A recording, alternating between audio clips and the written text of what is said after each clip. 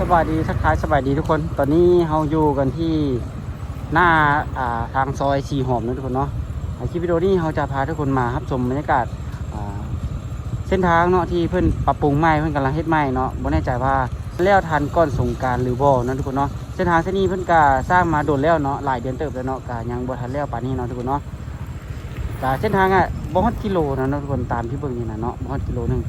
คือว่าสร้างโดนแท้เนาะเดี๋ยวเราจะพาทุกคนมาที่รับชมบรรยากาศกันเนาะว่าเป็นจังไดเนาะแล้วจะได้ทันก่อนสงกรานต์หรือบ่เนาะทุกคนเนาะไป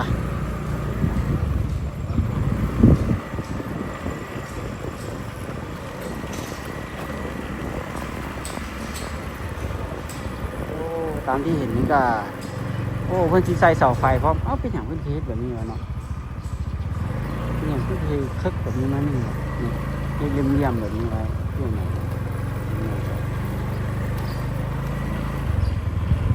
คือคอนกรีตตัวเก้ามันก็เป็นยางมะตอย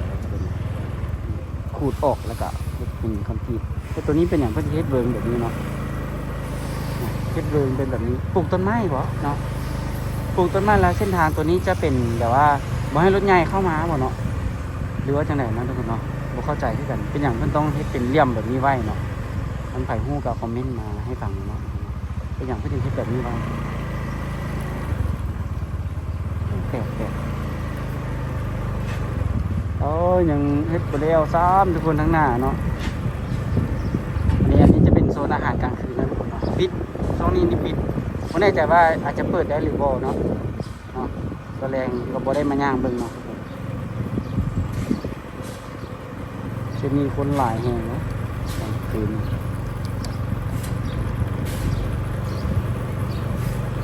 ให้เป็นเหลี่ยมอย่างนี้ไว้เพื่อนเขา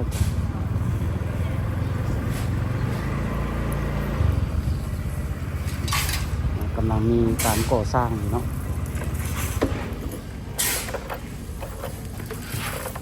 เราจะจอดรถแล้วก็ย่างพาทุกคนชมบรรยากาศกันน้อยนึงนะกำลังเฮ็ดใกล้สุดแล้วเนาะใกล้สุดทางแล้วเนาะเหลืออีกประมาณ500-600 เมตรนี่แหละเนาะ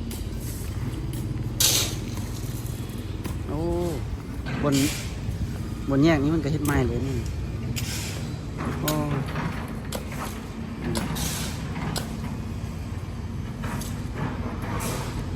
เส้นทางสีหอมเนาะทุกคนเนาะวางท่อน้ำใหม่กำลังเฮ็ดห้องน้ำอยู่เนาะ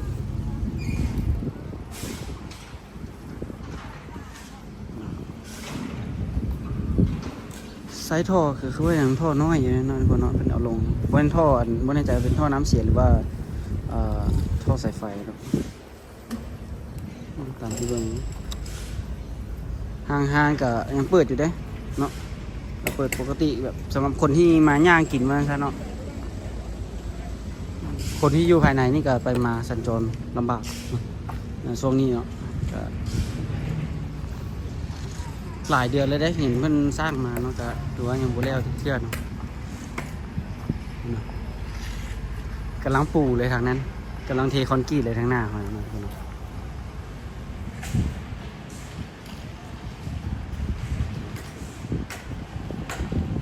สีหอมทุกคนเนาะบรรยากาศสีหอมณปัจจุบันเนาะ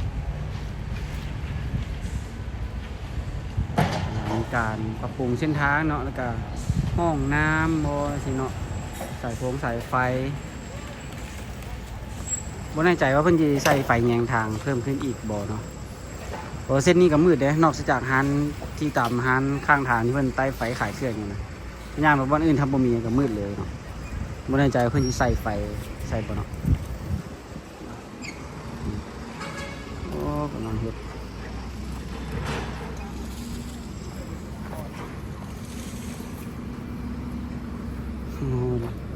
แมทบุมีแทกเนาะวัดกะเอาเลยเฮ็ดทางนี้ก็กำลังจกดินอยู่กำลังปรับหน้าดินอยู่เนาะอันนี้เนาะ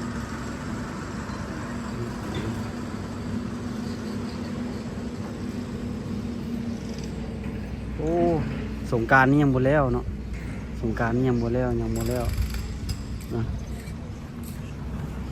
ล้วดอกสงกรานต์ ก็สีหอมช่วงนี้นี่คนคือสิบ่หลายเนาะอาจจะไปตกเขตอื่นเนาะแต่ว่าตามที่ขี่รถไปบนอื่นก็เห็นคนที่แบบว่าเขาเจ้าแบบสร้างบอลลินน้ำมันนั้นทุกคนเนาะเป็นพวกเวทีพวกนั้นเนาะเขาเจ้าจัดบอลให้ทุกคนลินน้ำเนาะจะเห็นหลายบอลหลายที่อยู่ได้เนาะโอ้เขาเจ้าเกี่ยมไว้แล้วนะอยู่ไอเตกกระจัดแบบใหญ่ยิ่งใหญ่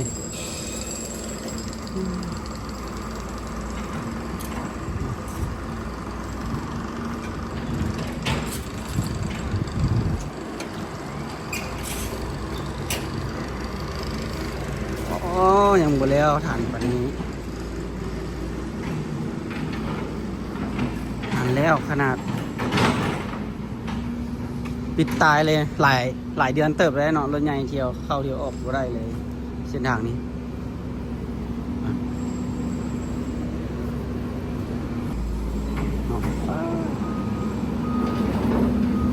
ก็ห้องน้ำอยู่กับพี่เลยทุกคนว้าวอยู่ไกลเด้อปกติมันจะอยู่ขีมนี่เนาะปกติจะอยู่ขีมทุกคนใกล้ๆทางย่างเลยเนาะอย่างห้องคือว่าเฮ็ดอยู่ไกลแท้เนาะเฮ็ดอยู่ใกล้ทางนะ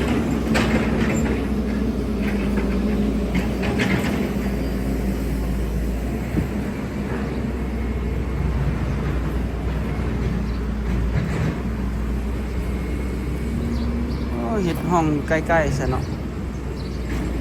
เดี๋ยวจะขยายเส้นทางออกอีกเนาะ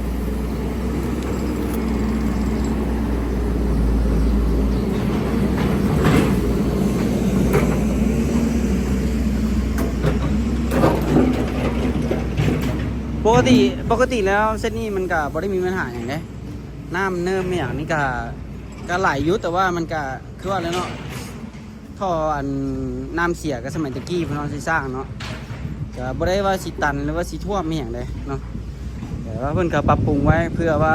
อนาคตคือน้ำโขงมันขึ้นสู่โซนหนึ่งเนาะคันมันทะลักเข้ามานี่ก็ไหลยากเลยเนาะแต่ว่าอันนี้ก็คือว่าห้องก็ยังน้อยคือเก่าตามที่เห็นเนาะห้องน้อยประมาณศอกหนึ่งบ่ฮอดศอกซ้ำบ่ฮอดศอกหนึ่งเท่านั้นทุกคนขนาดว่าห้องน้ำเด้ก็ถือว่าห้องน้อยเนาะห้องน้อยเนาะก็จะประมาณนี้เนาะทุกคนเนาะภาพบรรยากาศสีหอมทุกคนเนาะกำลังซ่อมแซมเส้นทางก็ยังหลายเดือนอยู่เนาะก็ถือว่าจะเลี้ยวประมาณท้ายปีนี้อาจจะเลี้ยวอยู่เนาะตอนนี้เดือน3กำลังที่ท้ายเดือนกำลังจะมาเดือน3ก็ยังไม่ทันเลี้ยวเนาะเพราะว่าเส้นทางตัวนี้เพิ่งก็เริ่มสร้างปีกายนี่เนาะทุกคนเนาะแต่ยังบ่เลี้ยวเท่าจะประมาณนี้ทุกคนเนาะโอเคสำหรับคลิปวิดีโอนี้เราก็จะขอจบคลิปกันไปเพียงเท่านี้ทุกคนเนาะอย่าลืมกดไลค์กด Subscribe เพื่อเป็นกำลังใจในการติดตามคลิปวิดีโอต่อไปเนาะแล้วเจอกันคลิปหน้าทุกคนบ๊ายบาย